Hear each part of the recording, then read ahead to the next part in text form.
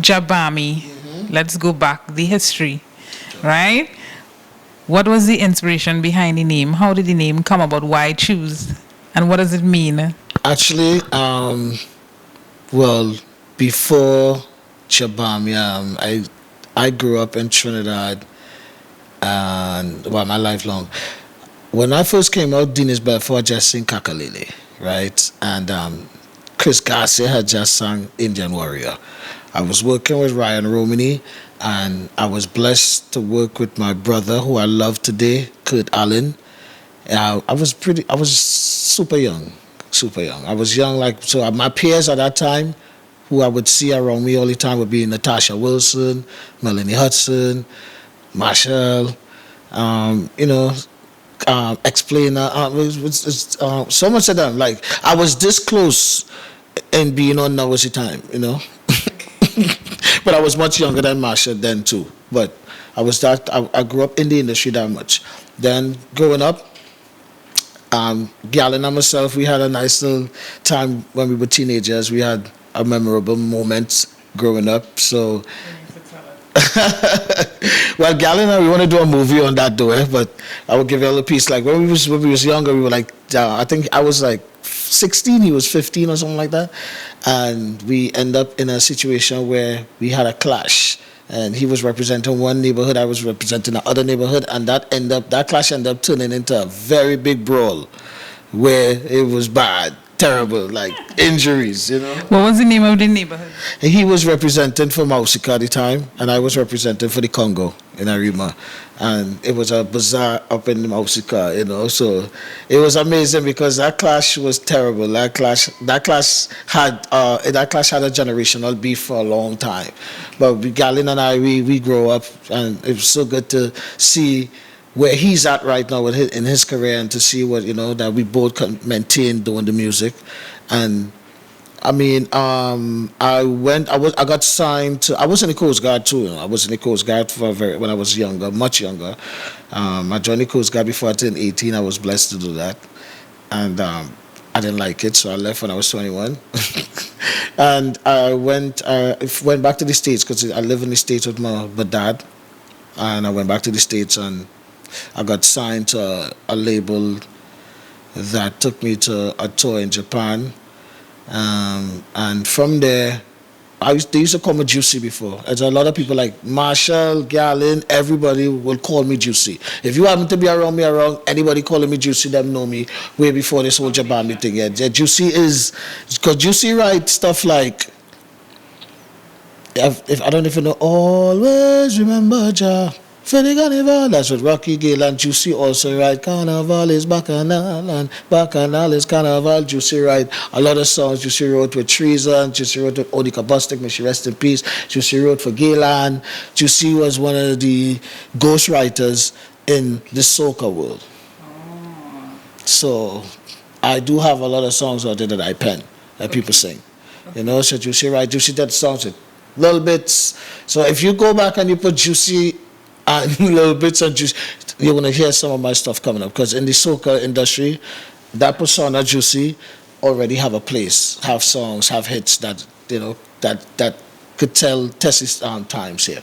Then I didn't want to be Juicy no more, because when you Google Juicy, it was getting like Wrigley Stringham and Juicy Couture, and, you know, like, you know, I'm like, nah, bro. But so what happens, like, the label I was signed to, my homeboy, Bobby Digi, I gotta big him up. He's like pretty much a very influential figure in New York City right now when it comes to government and putting things in place. Always at the Met Gala, him and his wife, shout out his wife, she's a commissioner of New York, like big people. But before he got that far up in life, he took me to Japan like 20 years ago. Wow. And I was signed to his label called Tello, but he had a nickname for me called Bami Deli, because he's African. I was signed to an African label and a / Japan label. So in African, Bami Deli means take me home. So I kind of put the deli off. I was like, I ain't feeling the deli. I ain't trying to run away to take me home nowhere. So because he's like, you know what? Because you have that music that, you know, people might just want to take you home. You make people feel so good. I'm like, nah, I ain't trying to do deli. So I took the deli out and I kept the Bami. But being Rastafarian, I know Jah before everything, Jah before nothing. So it's Jah Bami, which means Jah Take Me. So since I've blessed myself with, he blessed me with the Bami Delhi. I took the Delhi off and I kept the Bami and I add Jah to the front. Since I've being called Jahbami, which means Jah Take Me, Jah been taking me a lot of nice places, you know. Jah took me everywhere. Jah took me, yeah, pretty much almost to the moon and back, you know. So I'm grateful for that blessing. And plus two, now I could Google Jah Bami and there's nobody else. There's no Juicy Chewing Gum, there's no Wigglies, there's no Juicy Couture. It's just Jah Bami. Quick, 0.1 on the search scale. So I love that. I appreciate that. And from that, it's good to see that particular brand, Jahbami, has, you know, developed so much from where I first initially got the sobriquet. From that till now, it's amazing to see what the brand has done so far. Because I always take myself away from a brand. I am Damian.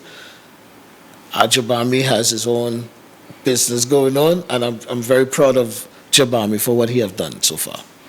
So to go from soca songwriting to singing Trinidad style reggae music, that is a really big transition. Was it like smooth? I would say it kind of easy for me because I did go to school for music. You know, I went to UWI for I got a scholarship to go to UWI, and I did like my pan classes there. I did all my pan courses there, and because of that, it kind of make it easy. And again, as I tell her, like, it's only everything that I was doing was calypso. I didn't know that. I was putting weird genres to it. Right. But what made it easy, it was just all calypso. Everything. Yeah, every single thing was calypso. Every single song. I'm not just a man. You know, Jamaican don't sing them thing there. You understand? Like, everything is calypso. Life in La Hakita, where is La Hakita? It's right there. All everything is calypso. You know, even like I'm signed to a hip hop label right now called Others Record, that is distributed by Empire. Empire is one of the biggest distributors when it comes to hip hop. They have people like Ed Sheeran and all these big people on the roster. So to be on a roster like that is dope. So they and all, like, they asked me to do. They was like, yo man, you like how we burn up boy, blah blah blah. And it's like, okay, cool. But so they the type of music I do with them. It's really calypso.